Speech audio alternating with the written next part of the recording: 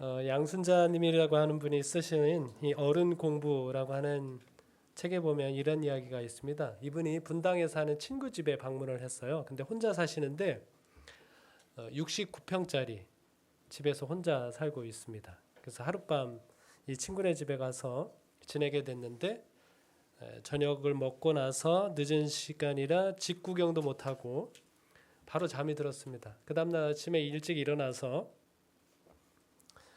집을 이렇게 한 바퀴 돌아보는데 이것저것 둘러보니까 이 집이 쓰레기장이나 다름이 없는 거예요.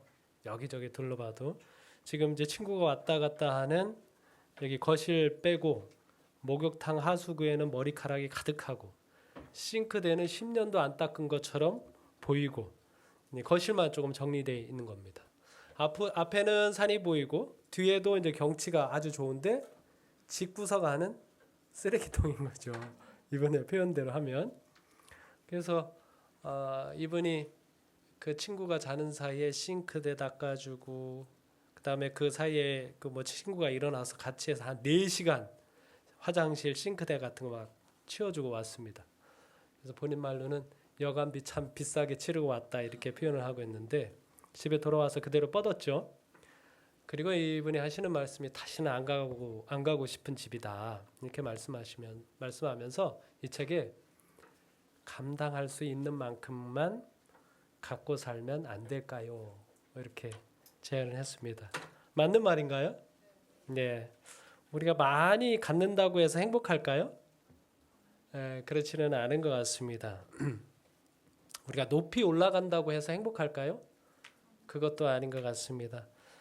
오늘 삭개오를 통해서 우리가 언제 진정으로 행복하고 평안한 삶을 살 수 있을지 그리고 진짜 행복한 삶이란 무엇인지 함께 생각해 보도록 하겠습니다. 본문의 말씀 읽도록 하겠습니다. 같이 읽을까요? 본문의 말씀. 혹시 마이크 들고 읽으시는 분 계신가요? 안 계세요? 네. 좋습니다. 같이 읽겠습니다. 예수께서 여리고로 들어가 지나가시더라. 삭개오라 이름하는 자가 있으니 세리장이요 또한 부자라. 그가 예수께서 어떠한 사람인가 하여 보고자 하되 키가 작고 사람이 많아 할 수 없어 앞으로 달려가서 보기 위하여 돌 무화과 나무에 올라가니 이는 예수께서 그리로 지나가시게 되밀어라. 예수께서 그곳에 이르사 쳐다보시고 이르시되 삭개오야 속히 내려오라. 내가 오늘 내 집에 유하여야 하겠다 하시니 급히 내려와 즐거워하며 영접하거늘 뭇 사람이 보고 수군거려 이르되 저가 죄인의 집에 유하러 들어갔도다 하더라. 삭개오가 서서 주께 여짜오되 주여 보시옵소서 내 소유의 절반을 가난한 자들에게 주겠사오며 만일 누구의 것을 속여 빼앗은 일이 있으면 네 갑절이나 갚겠나이다. 예수께서 이르시되 오늘 구원이 이 집에 이르렀으니 이 사람도 아브라함의 자손이미로다. 인자가 온 것은 잃어버린 자를 찾아 구원하려 함이니라. 아멘. 너무나 잘 아는 이야기죠? 우리 어린이들이 좋아하는 이야기, 삭개오 이야기. 그래서 아마 여러분들 이 이야기를 통해서 많은 교훈도 얻고 생각도 많이 하실 겁니다. 근데 우리가 이 본문을 읽어보시면 이 사건을 기록한 누가가 무엇인가 좀 의도적으로 강조하고 싶은 것들이 있습니다. 이 본문의 기록 속에서 보면 여러분 누가가 강조하고 싶은 점이 뭘까요? 누가가 뭘 강조하고 싶을까요? 만약에 이제 소설가라면 뭐 소설가죠. 이야기를 기록을 함에 있어서 막 의도를 가지고 기록하잖아요. 뭐 복선도 집어넣고 막 이렇게 하는데 여기 본문을 읽어보시면 누가가 의도적으로 막 사건들을 이렇게 배치하고 또 강조하고 한 표현들이 있습니다.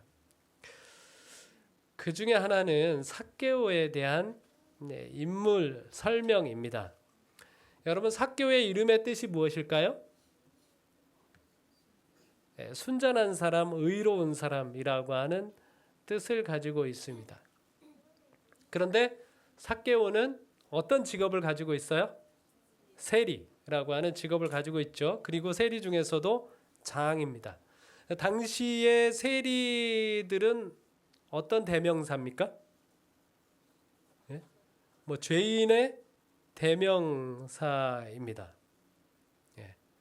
자, 그런데 특별히 삭개오의 이름은 순전한 의로운 사람이라고 하는 뜻을 가지고 있는데 구약에도 이 삭개가 똑같은 이름이 등장을 합니다. 구약에는 이제 삭개입니다. 삭개. 근데 이 삭개는 어떤 사람인가 하면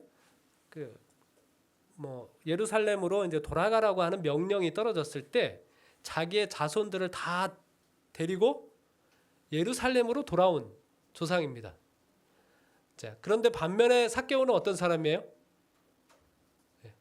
세상을 등지고 그 조상은 세상을 등지고 예루살렘으로 돌아온 조상인데 오히려 삭개오는 어떤 사람? 민족을 등지고 부를 위해서 로마를 위해서 충성하고 있는 그 세리장이 되었다라고 이렇게 표현하고 있습니다. 여러분 누가복음에 보시면 이 세리라고 하는 말이 11번 언급이 되는데요. 세리 출신이었던 마태보다 3번이나 더 많이 세리라고 하는 말을 언급을 하고 있습니다. 그런데 여러분 이 세리에 대한 이제 묘사를 할 때마다 세리와 짝을 이루는 무리를 일컫는 말이 보통 무슨 말인가 하면 세리와 죄인이라고 하는 말입니다. 레위 집에서 잔치를 베풀었을 때 누가의 기록에 의하면 누가복음 5장 29절에 보면 어떤 사람들이 모였는가? 세리와 다른 많은 사람들이 모였다. 이렇게 누가가 표현을 했습니다. 자, 그런데 그 잔치에 모여 있는 사람들을 본 바리새인과 서기관들은 뭐라고 했을까요? 여기 표현되어 있는 것처럼 너희가 어찌하여 세리와 죄인과 함께 먹고 마시느냐? 이렇게 이야기를 하고 있습니다. 누가 모였는데요?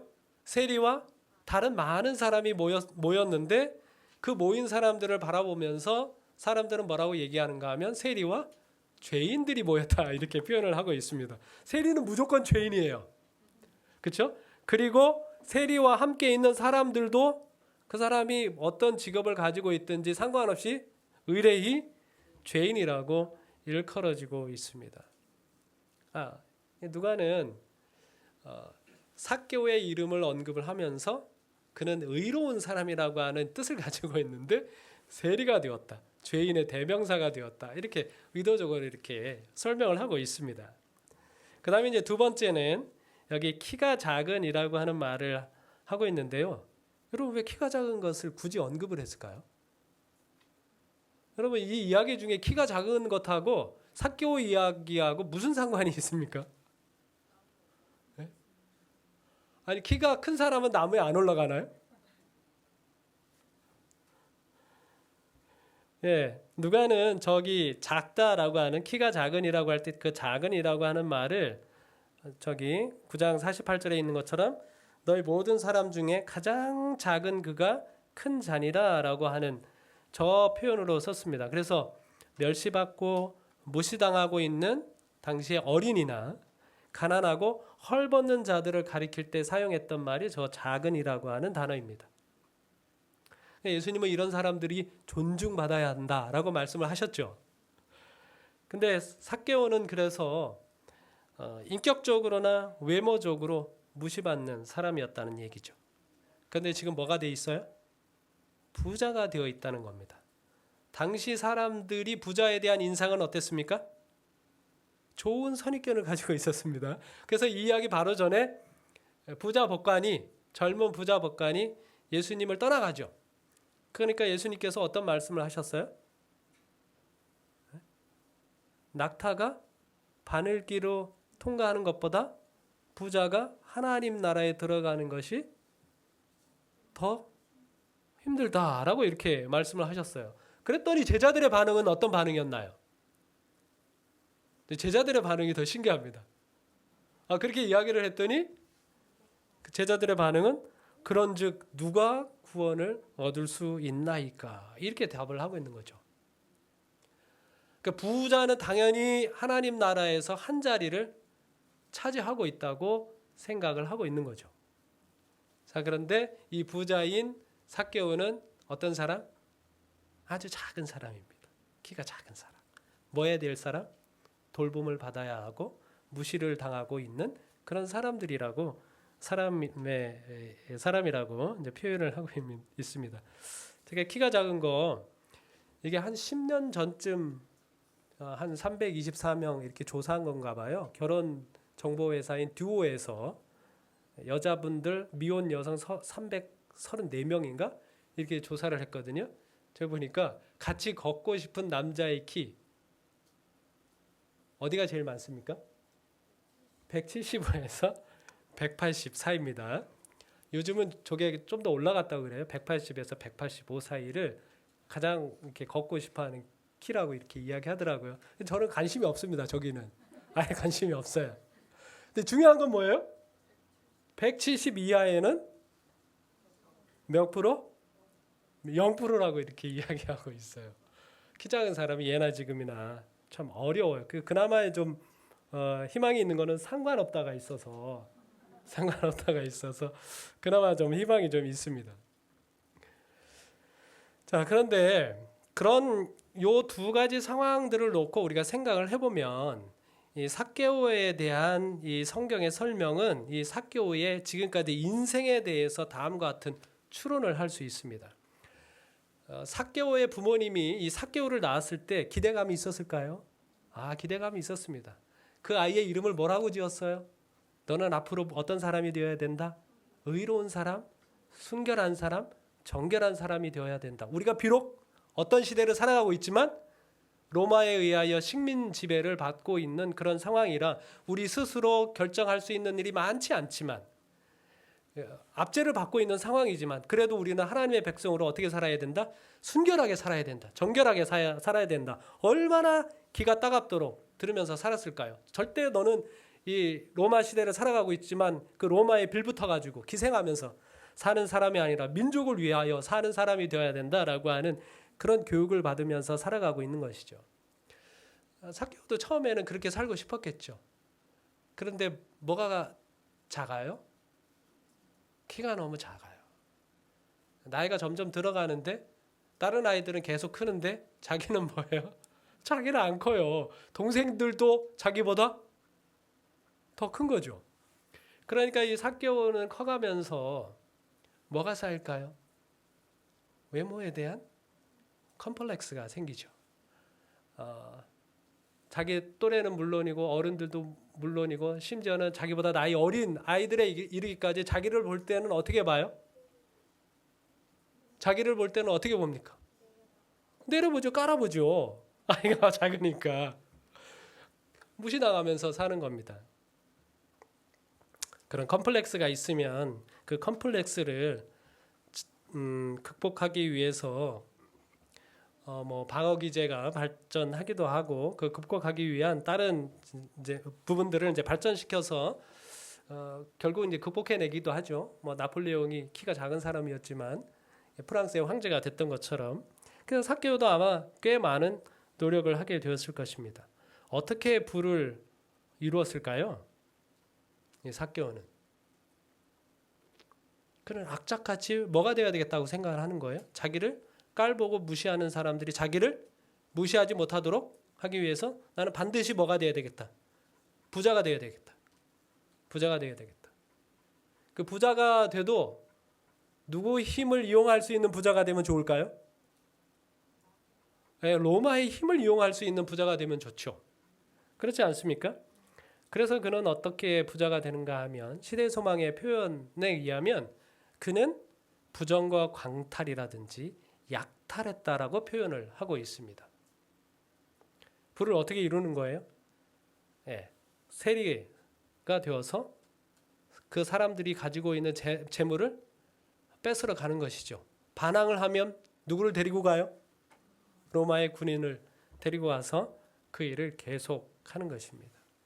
그래서 지금 그가 그런 부를 이루고 있는 것이죠. 그리고 그는 그 부를 이루면서 그 사람들 앞에서 세속적이고 교만한 그런 외모를 풍긴다라고 되어 있으니까 이게 얼마나 이렇게 인생 역전인가요?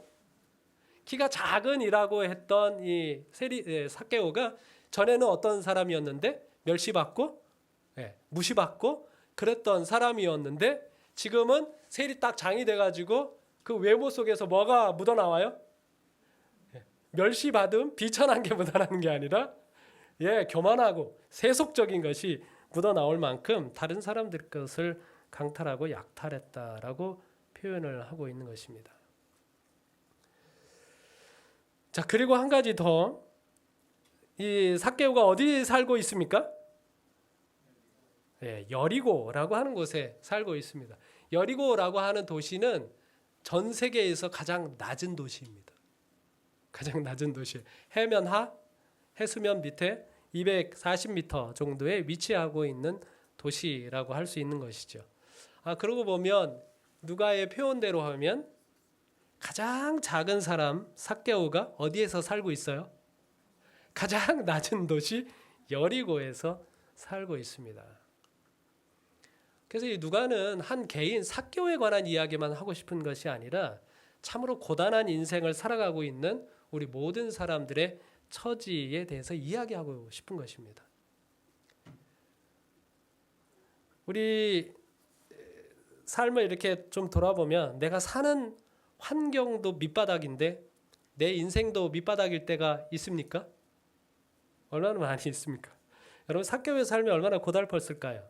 삭개오가 그래서 이러한 상황을 어떻게 해서든지 역전시켜 보려고 악물고 노력해서 세리장이 된 것입니다. 남들의 이제 재산을 뺐을 때 얼마나 통쾌했을까요? 자, 그러면 이제 세리장 삭개오를 아무도 함부로 대하지 못하는 그런 사람이 되었습니다. 그 자리에 올랐습니다. 삭개오가 행복했을까요? 아무도 무시할 수 없는 사람이 되어버렸는데, 지금까지 무시해왔던 사람들에게 보기 좋게 복수하는 그런 사람이 되었는데 삭개오가 행복했을까요? 그런데 삭개오는 자신의 인생이 너무 뭐한 거예요? 비참한 것입니다. 어쩌면 자기가 가장 작은 사람으로, 가장 멸시받는 사람으로, 가장 밑바닥에서 살면서 올라가기 위해서 그렇게 부단히 노력하고 있는데 지금이 어쩌면 뭐한 상황이에요? 어쩌면 가장 밑바닥 인생을 살아가고 있는 상황처럼 보이는 겁니다. 근데 그런 삭개오에게 누가 찾아오셨어요? 예수님이 찾아온 것입니다. 예수님은 어떤 분이세요? 가장 높으신 분, 가장 위대하신 분, 가장 광대하신 분이 가장 밑바닥 인생을 살아가고 있는 가장 비천한 사람을 만나러 온 것입니다. 누가는 그 이야기를 하고 싶은 것이죠. 한 미국의 지역신문 칼럼에 실린 기사인데요. 국민일보에서 인용을 해서 겨자씨에 올린 내용입니다. 비참하게 되는 법이라고 하는 글입니다. 자, 당신이 비참하기 원한다면 당신 자신에 대해서만 생각하라. 당신에 관해서만 이야기를 하라. 비참하기 원한다면 상대방이 어떠한 의견을 내놓든지 그 의견 속에 당신 자신을 계속 반영하라. 당신에 관해 사람들이 무엇이라고 말하는지 놓치지 말고 모두 들어라. 비참하기 원한다면 사람들로부터 인정받기를 기대하라. 모든 사람을 의심하고 아무도 믿지 말며 오직 자신만 믿어라. 비참하기 원한다면 다른 사람들을 시기하고 질투하며 경멸하라. 당신 자신을 스스로 계속 비판하며 용서하지 말라. 비참하기 원한다면 다른 사람들로부터 배려받고 존경받기를 주장하라. 그러나 당신은 다른 사람들을 배려하거나 존경하지 말라. 모든 사람이 모든 일에 있어서 당신 의견에만 동의할 것을 요구하라. 비참하기 원한다면 당신이 베풀었던 봉사를 결코 잊지 말고 만일 누군가 당신이 보여준 친절에 감사하지 않거든 화를 내라. 가능한 한 당신의 의무를 회피하고 남을 위한 일을 가능한 한 적게 하라. 비참하게 되는 법에 대해서 올렸습니다. 신문을 읽은 독자들이 충격을 받았을까요? 네, 충격을 받았습니다. 왜냐하면 이 이야기 속에 자신의 모습이 있어요, 없어요?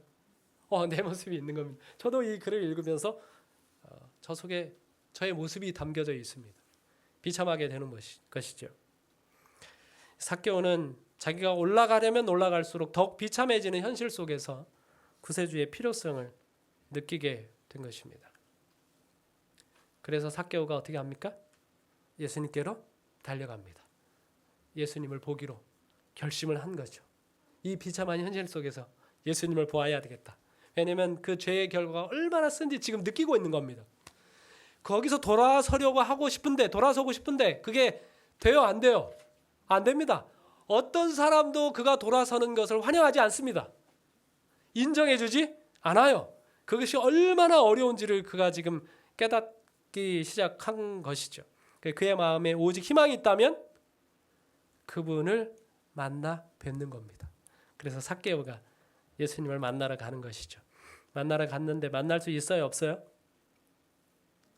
만날 수가 없는 상황입니다. 사람들이 꽉 들어찼고 키가 작은 그는 더 이상 예수님의 얼굴도 볼 수 없는 그런 상황이 된 것입니다. 자, 그런데요, 제가 본문을 읽으면서 너무 흥미로운 것입니다. 여러분, 이 두 번째 삭개오의 이야기를 통해서 누가가 강조하고 싶은 거라고 생각이 드는데요. 여러분, 이렇게 노랗게 쓰여진 색깔로 된 이 부분 보시면 어떤 느낌이 드세요? 어떤 느낌이 드십니까? 여러분 보면 노랗게 되어 있는 부분. 여러분 속도감이 느껴지지 않습니까? 그렇죠? 속도감이 느껴집니다. 달려가죠. 또 올라가죠. 빨리빨리 올라가죠. 그 다음에 예수님은 뭐라고요? 야, 다치니까 천천히 내려와, 천천히 내려와. 그렇게 해요? 아니요. 속히 내려오라고 이야기하죠. 그 다음에 뭐 며칠 있다가 네 집에 묵을게 라고 말씀하지 않으시고 그날 바로 오늘 내 집에 유하여겠다라고 하고 그 이야기를 듣자마자 삭개오는 어떻게 하고 급히 내려오는 모습을 보여주고 있습니다. 누가는 삭개오와 예수님의 이 만남을 굉장히 다이나믹하게 그리고 있습니다. 여러분 제가 이걸 보면서 이 본문을 보면서 삭개오가요 예수님이 그 돌무화과 나무 우리 옛날에 뽕나무라 그랬으니까 뽕나무 밑을 지나가게 될 것이라고 하는 사실을 어떻게 알았을까요? 삭개오가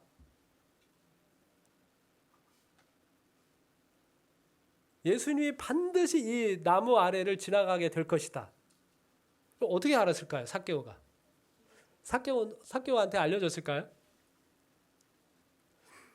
예수님이 그 나무 밑을 지나가게 될 것이라고 알 수 있는 저는 두 가지 이유가 있다고 생각합니다. 하나는 외길인 거죠. 그렇죠?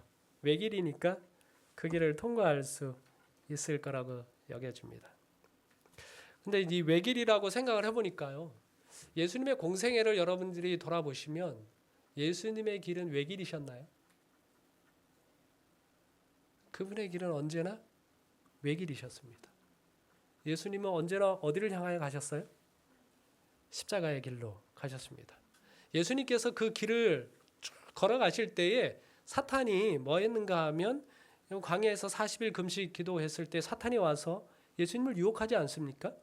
그때 유혹의 내용이 뭐예요? 그 유혹의 내용이 무엇입니까? 마치 이 금식 기도에 대한 응답인 양 와가지고 그가 하는 말은 뭐예요? 아브라함 한번 생각해봐라. 아브라함이 이삭을 잡아서 제물로 드리려고 할 때 하나님 그 마음으로만으로 기뻐하시고 이삭을 잡지 않도록 하지 않았느냐? 너도 그리스도도 굳이 어디까지 갈 필요 없다? 십자가의 길까지 갈 필요 없다. 이 정도 하고 끝내도 된다라고 하는 그 이야기로 유혹을 했죠. 사탄은 끊임없이 속삭입니다. 그만하면 됐다. 십자가까지 가지 않아도 된다. 근데 예수님 어떻게 하셨습니까? 그 모든 유혹을 뿌리치고 제자들이 반대하니까 사탄아 내 뒤로 물러가라 라고 하면서 너는 나를 넘어지게 하는 자로다.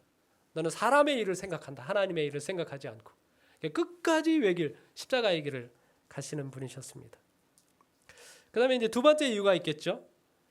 여러분 이게 걸음이 느릿느릿하면 어디로 갈지 알 수 있을까요? 없을까요?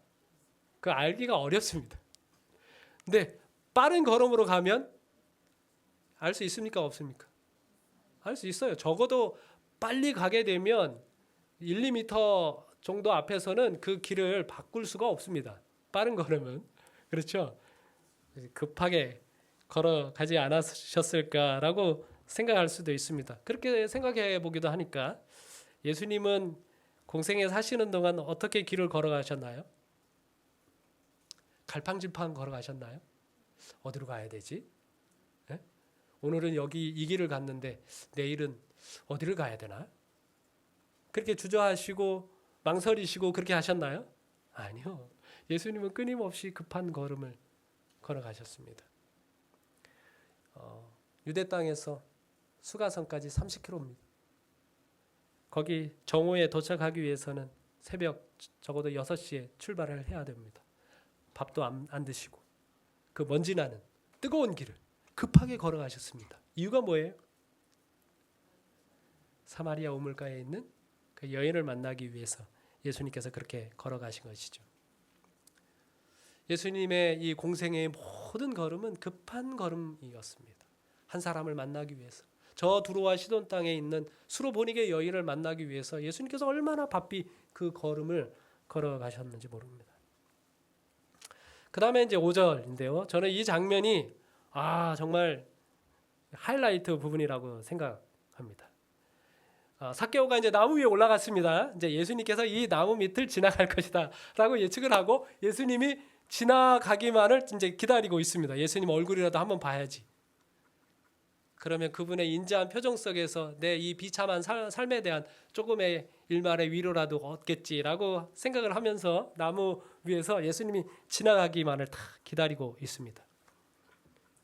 근데 예수님께서 그 나무 밑에 오셨는데요. 더 이상 갑니까? 안 갑니까? 딱 멈춰 섭니다. 여러분, 그 순간이 삭개오의 심장이 멎는 순간입니다. 예수님이 탁 서셨어요. 그리고 예수님께서 뭐 하십니까? 이 삭개오를 올려다 보십니다. 옛날 개역 성경에는 우러러 보셨다라고 표현되어 있습니다. 여러분, 이 표현이요, 삭개오에게는 정말 가슴 벅차고 가슴 뛰는 표현입니다. 자기 인생에서 지금까지 자기를 올려다본 사람이, 우러러본 사람이 있었을까요? 없었을까요? 한 번도 없습니다.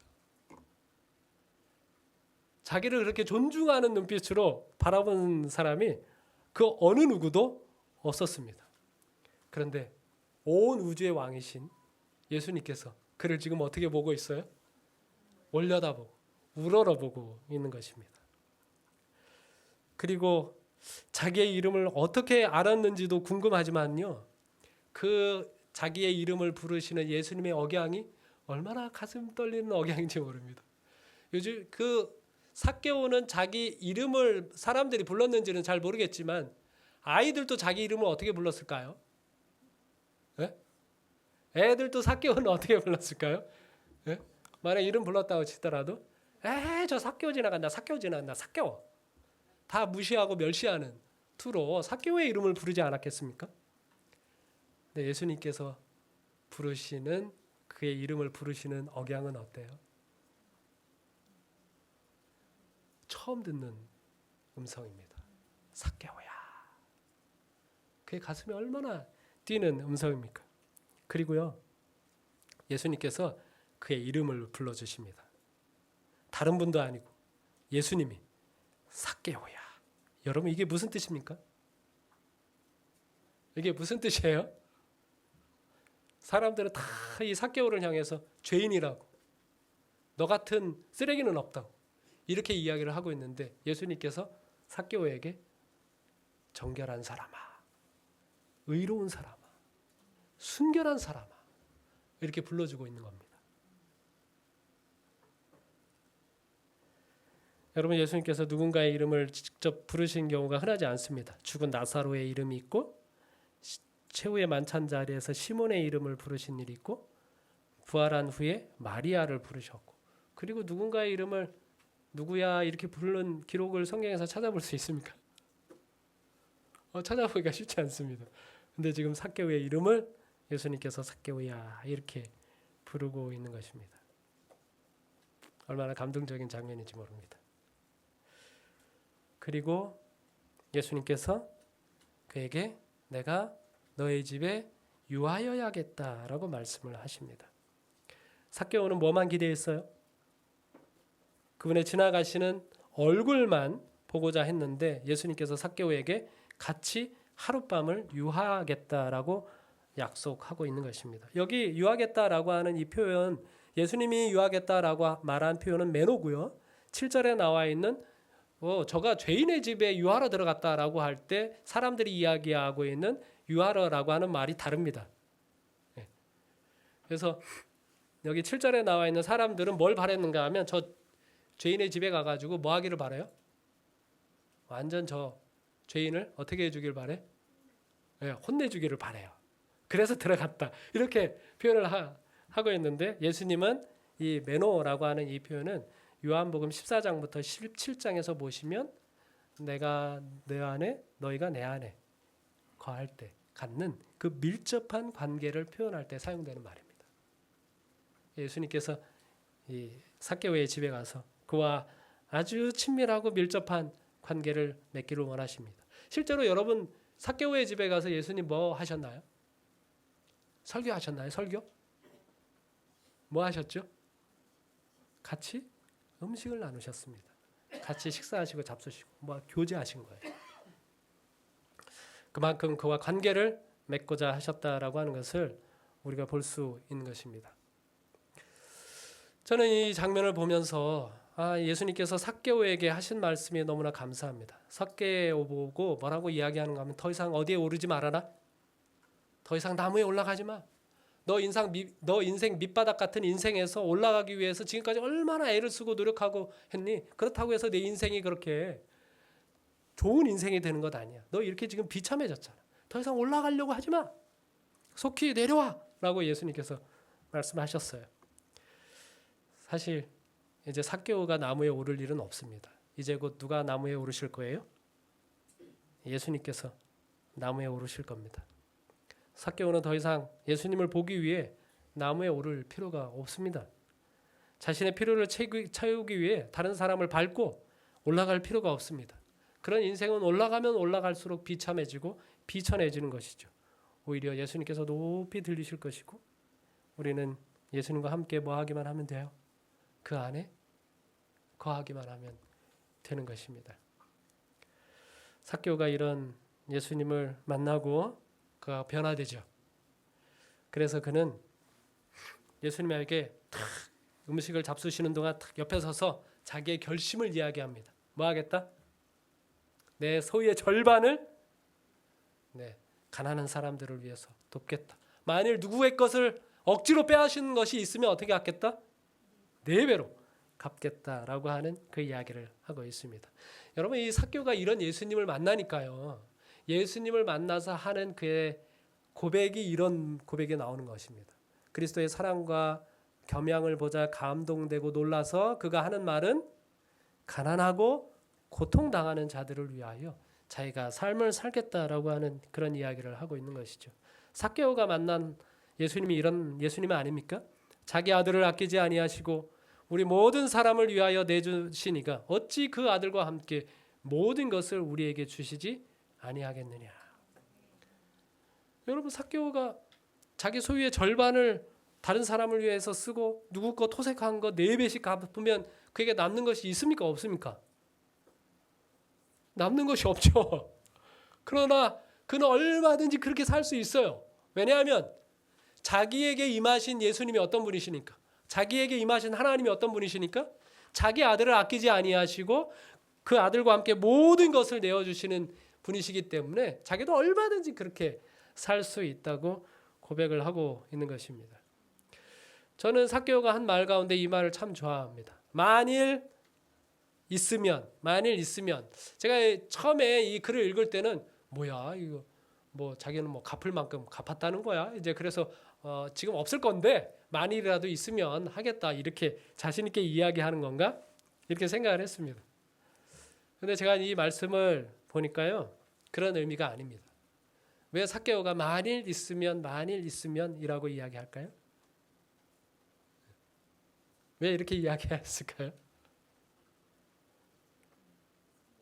삭개오는 지금 내가 알고 있는 선에서 자기가 할 수 있는 모든 최선을 다해서 다른 사람을 도왔습니다. 내가 다른 사람에게 피해를 입힌 것이 있는 그 모든 것도 다 갚았습니다. 그러나 그것으로 그가 충분히 다 했다고 생각을 하나요? 아니요. 삭개오는 그렇게 하지 않습니다. 혹시 내가 모르고 있는데 누군가가 나에게 와서 내가 당신한테 이런 피해를 입었습니다 라고 하면 내가 그때에도 갚을 것이고, 혹 그 사람도 없고 나도 없다고 생각을 하고 있는데 하나님께서 나에게 깨우쳐 주셔서 내가 누군가에게 무슨 선한 일을 해야 되는 일이 내 마음 가운데 떠오르면 그때라도 언제든지 뭐 하겠다는 거예요. 자기의 모든 것을 다해서 다른 사람을 돕는 그런 사람으로 살아가겠다라고 결심을 하고 있는 것입니다. 여러분, 제가 이 삭개오의 이야기를 보면서 이런 생각을 좀 해봅니다. 제가 합회에 와 있으면서 우리 서종 안에 있는 모든 성도님들이 이런 운동을 해보면 좋겠다 생각하는 것 가운데 하나가 뭔가 하면, 우리가 여러분 말씀을 읽기 위해서는 시간을 구별하죠. 기도하기 위해서도 시간을 구별하지 않습니까? 근데 전도를 위해서 여러분 시간을 구별하십니까? 전도는 왜 시간을 구별 안 합니까? 상황이 되면 하고 상황이 안 되면 안 하고, 뭐 대부분 그렇게 하지 않습니까? 근데 우리가 그 신앙 성장의 3요소가 말씀, 기도, 전도 아닙니까? 근데 3요소 중에 전도가 우리가 빠져 있으니까 잘 성장이 돼요, 안 돼요? 저는 잘 안 된다고 생각을 합니다. 저도 한번 좀 노력을 해봐야겠다. 좀 생각이 들어서 하루에 전도를 위해서 좀 시간을 나도 좀 구별하는 그런 노력을 해야 되겠다. 좀 하루에 30분, 안 되더라도 일주일에 한 3번이라도 한번 30분씩 구별해서 해야 되겠다. 이런 생각을 가지고 있습니다. 여러분도 좀 전도를 위해서 시간을 구별해 보시면 좋겠다라고 생각이 듭니다. 제가 이제 여러 가지 시도를 하고 있는 것 가운데 그 중에 하나 좀 소개를 해드리면, 저 카톡이 너무 좋더라고요. 카톡이 뭐 여러분들 말씀을 전하는데 많이 활용하기도 하겠지만, 저기 카톡에 보면, 프로필에 보면 매일같이 오늘자 생일이 누구인지 알려줘요. 오늘자 생일이 누구인지 딱 알려줍니다. 그러면 제가 제 구독자라든지 오랫동안 잃어버린 양이든지 그런 분들에게는 요즘 뭐 그냥 그 선물을 주면 서로 좀 안 받기도 하고 거절하기도 하고 만나기 어렵기도 하고 뭐 그렇게 하기는 한데, 이제 카톡에 선물하기를 딱 누르면 거기 선물 쫙 나가지고 그렇게 비싼 거 안 해도 돼요. 뭐 기억해 한다고 하는 그런 의미를 전달하면 되니까, 아주 친하거나 아는 사람들한테는 그냥 이모티콘 선물을 하고, 그다음에 구독자나 이제 이른 양 같은 사람들에게는 뭐 스타벅스에서 먹을 수 있는 뭐 이런 거, 그런 것들은 이제 선물을 합니다. 그러니까 이제 저 구독자인데요. 구독자가 제가 선물을 보냈더니 저렇게 이제 감사하다고 이렇게 답장을 보내온 겁니다. 지금까지 연락을 안 하고 있는데 저 카카오톡이 좀 알려줘가지고 생일 축하한다고 메시지도 보내고 선물도 보내고 하면서 이제 연락이 되는 그런 구독자도 생기고 그렇습니다. 그래서 우리가 전도하려고 생각을 해보니까 방법들이 여러 가지가 생길 수 있구나라고 하는 생각이 들었습니다. 오늘도 이제 한 10년 만에 한 분이 이제 생일 선물을 보냈더니 반응이 와서 전화번호 좀 우리 집사람 전화번호 좀 알려달라고 그래서 또 알려주기도 하고 그렇게 했습니다. 그러면 서로 연결이 되는 거죠, 뭐. 그렇게 해서 뭐 그 이후로 어떻게 일이 진행될지는 모르지만 어쨌든지 접촉할 수 있는 기회를 만들어가는 것이 얼마나 귀중한가라고 하는 생각을 좀 하게 됐습니다. 요지는 이겁니다. 나도 말씀하고 기도는 내가 시간을 구별을 하는데 전도를 위해서도 구별을 해야 되겠구나. 왜냐하면 우리가 받은 하나님의 은혜가 너무 크잖아요. 근데 내가 그것을 누군가에게 전하지 않고 있다고 하는 이야기는 아마 내가 만난 하나님이 삭개오가 만난 하나님이 아닌가 봐요. 삭개오가 만난 예수님이 아닌가 봐요. 그러니까 우리는 삭개오처럼 반응하지 못하고 있겠죠. 그런 예수님을 만나기 위해서 더 애쓰고 노력해야겠구나라고 하는 생각을 좀 하게 됩니다.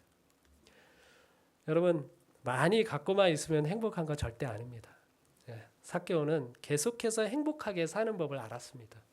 예수님을 한번 만나고 이제 삭개오 다시는 예수님 못 만나잖아요. 예수님 십자가에서 죽으시니까. 근데 삭개오는 예수님을 계속해서 만나는 법을 알았습니다. 예수님이 삭개오에게 직접 하신 말씀은 아니시지만 내가 누구다라고 말씀하셨어요? 내 형제 중에 지극히 작은 자가 바로 나다. 그 사람에게 한 것이 곧 나에게 한 것이다. 삭개오는 그걸 알았습니다. 자신을 위해서 아낌없이 주시는 예수님처럼 자신도 도울 수 있는 사람을 찾아다니면서 자기가 받은 것을 나누기로 한 것입니다. 우리가 마치는 찬미로 334장 찬미를 부를 건데요. 우리를 죄에서 구하시려라고 하는 이 찬미는 피터 빌혼이라고 하는 분이 작사하신 겁니다. 작사 작곡. 태어나기 3개월 전에 아버지가 남북 전쟁에서 이제 전사했습니다. 얼마나 그 어려운 환경 속에서 자랐는지 모릅니다.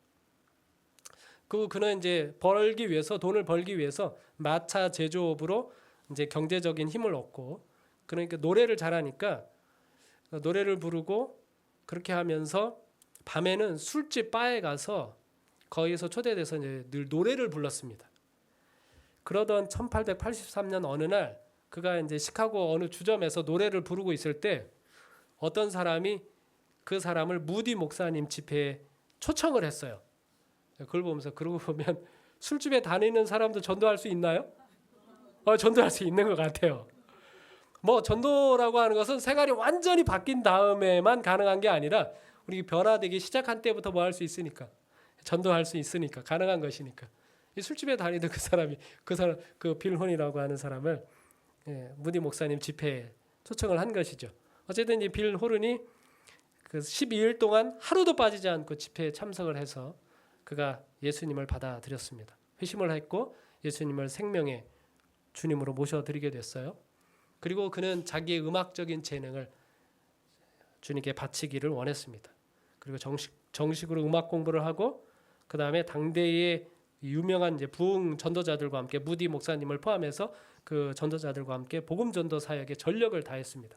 그리고 그가 어느 날 이제 자기의 지난 날의 이 아픈 삶을 뉘우치면서 그 눈물이 막 얼굴 범벅이 될 정도로 울면서 작사 작곡한 노래가 바로 이 찬양입니다.